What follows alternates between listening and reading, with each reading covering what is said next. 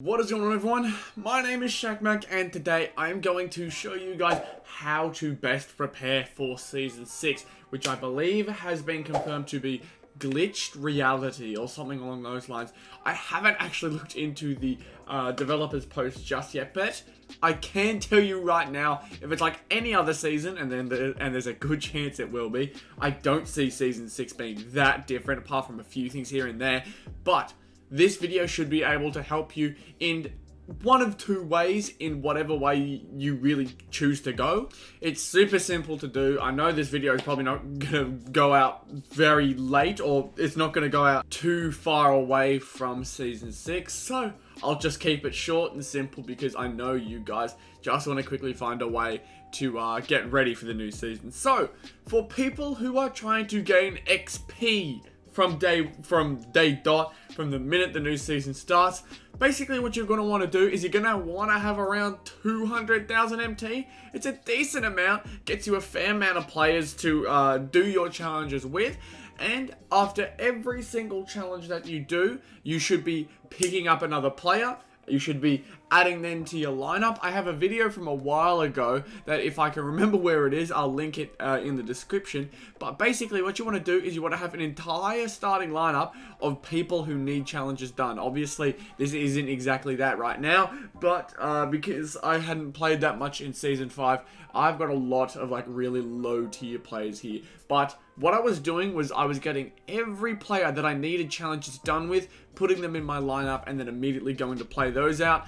Make sure you have one specific player for each area. So if you need a shooting guard or you need a small forward, you need to also space them out to the point where you can sub people on, sub people off, all that kind of stuff. Just making sure that you know when to sub in, sub out, and how to utilize every single player on your team, because it becomes a little bit difficult if you don't manage to utilize them. It makes it go longer, and at the end of the day, even if you aren't having like Galaxy Opals, Dark Matters on your team and getting their challenges done, especially at the beginning of the season, because you aren't getting that much XP compared to the end of the season, but you need to make sure that you are utilizing every single player. That is the quickest way to get XP at the start of the season and keep up to date to being one of the first ones to have the card. However, for some people, they aren't really focused on getting the level 40 reward until maybe later on in the season, when XP challenges go up to the point where it's like 1,000 XP for super simple challenges. However, you will get it, although you will be getting the card pretty late, it doesn't really matter in the long scheme, because you're still getting the card will still be awesome, and you're probably going to do it a hell of a lot easier. What I will tell you right now, for those people who aren't looking to get their level 40 card as soon as it comes out, this is the perfect time, the start of the new season, to grind out Unlimited, grind out Triple Threat Online, everything like that, because people will be using certain cards that aren't that good for Triple Threat Online games, and for people who are using like Galaxy Opal here and maybe 2 Amethyst or Diamond players to kind of manage and balance out the skill gap and the matchmaking and all that stuff, you can absolutely destroy opponents if you're using the right players, and if you manage to catch one trying to do challenges, because they're going to be coming up a hell of a lot more often, and you can really grind out the game for some MT. Some pretty easy wins should be able to show up if you are grinding out this game the minute that the next season starts. Well, probably not the minute, because this game has a horrible problem with servers, but as we all know, we're not going to get a change in that anytime soon. But I do think it is important for the people who do want to utilize the new season as soon as the new season comes out and the gameplay and the servers kind of settle down.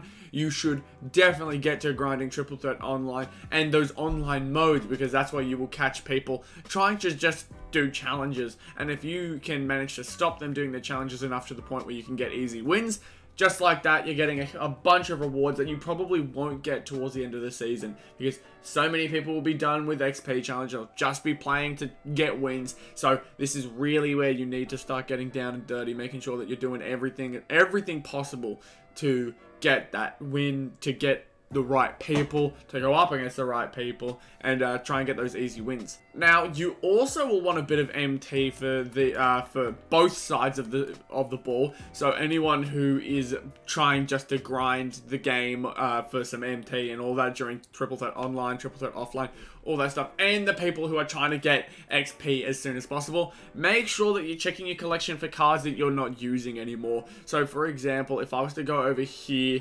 Quantum cards, I don't use Calm alone. He's not that expensive, but he will go for a little bit of MT. Basically, any cards that may have any kind of value, go ahead, put them up on the auction house, get rid of them, because at the end of the day, we're in a new season. You probably will have a bunch of really, really good cards, either dark matter cards that are still really overpowered at the moment, or there'll be reward cards that you've gotten over the season that you can't sell back, obviously, but are still pretty good. So this J.R. Smith I'd probably be selling, because I know I've got better cards than him. I definitely wouldn't mind selling him. That's a quick 10k right there, especially cards like this. I have the full Retro 2K, the volume 1. So if I was to go into the auction house and look at this, he's going for 70k from what I'm seeing at the moment, probably a little bit less, but at the end of the day, that's a lot of MT right there. Same probably goes for this Penny Hardaway. As you can tell, lots of different things here and there that can get me MT, get me higher up, and eventually get me to the point where I'm able to, whether I'm going for level 40 early, I can switch out players, make sure that I'm getting them, doing the challenges, selling them back. These cards allow it so that I've got some MT at least to do all of that with precision, with quickness, making sure that I'm not wasting time because I don't have enough MT. I can just quickly buy them all out, do all the challenges, and then sell them all back up. Because there's no worse feeling than trying to get your challenges done as soon as possible and realizing you don't have enough MT to do it. Now, I will also say, going towards your shoes and just selling out all these shoes, I've been kind of lazy and just keeping all my shoes because I can't be bothered selling them, but I used to keep up to date with them and make sure I sold them all the time. So if you do have any shoes in here and you haven't been keeping up to it, definitely go and check. Diamonds are always worth checking how much they cost, so you can quickly go here. I got a 3-point and a speed shoe, I think this one is, and this one goes for about, I'm saying 13, yeah, around 13.